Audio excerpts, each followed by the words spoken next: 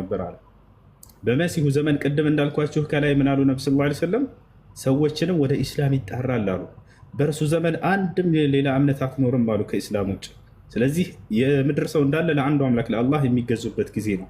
አላህ የዛኔ ቃሉን ይፈጽምላቸዋል። እኔን ከተገዙ የምድር ሰዎች ጸጋና በረከትን አትረፈርፍላቸዋለሁ እንዳለው በዚህ ምክንያት አንዱንና ብቸኛ የሆነውን አምላክ በማምለካቸው ምክንያት ሰዎች የዛኔ ጸጋና በረከት ለምድር ሰዎች ይትረፈርፋል ማለት ነው። ወሀዛ ሁወ ዘመኑ ዒሳ የመሲሁ ዘመን ነው።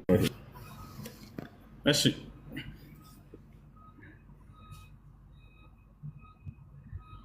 ኡስታዝ ሰላም አለይኩም። ወአለይኩም ሰላም ወረሕመቱላሂ ወበረካቱ። አንድ ጥያቄ ነበረኝ ማለት ዘካተል ፍጥር ላይ ማለት ነው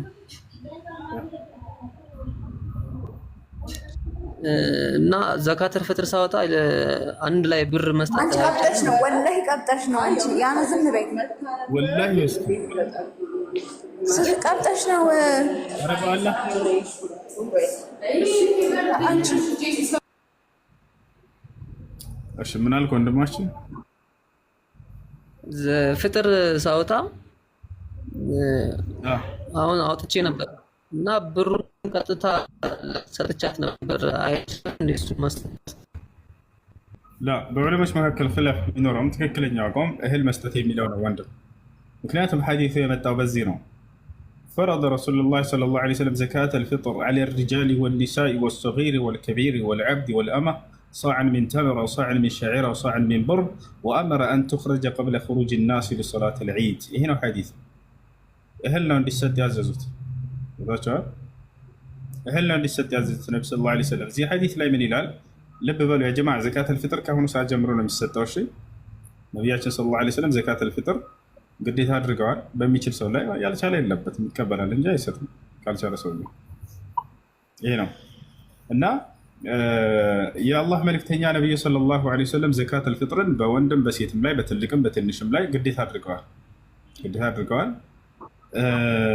ይህንንም ሷዕን ነው ያሉት። ሷዕ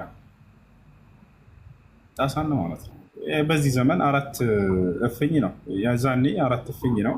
አስበው ይሄ ነው። ይሄ 1 2 3 4 በዚህ እፍኝ 4 ማለት ነው። በዚህ ነው እና በዑለሞች መካከል ታዲያ በኪሎ ስንት ሊሆን ይችላል በሚለው 3 ኪሎ አካባቢ እንደሚሆን ተናግረዋል ሼክ አብዱልዓዚዝ ብን ባዝ ረሒመሁላህ ተዓላ። ስለዚህ በአንድ ሰው ላይ 4 ኪሎ ይደርስበታል። እንዳጠቃላይ በእህል ነው ሊሰጥ የሚገባው። እሺ ይቅርታ 4 ኪሎ አልኩኝ፣ 3 ኪሎ እና በእህል ነው የሚሰጠው። እሺ ይሄንን በአካባቢያችሁ ያሉ የመስጊድ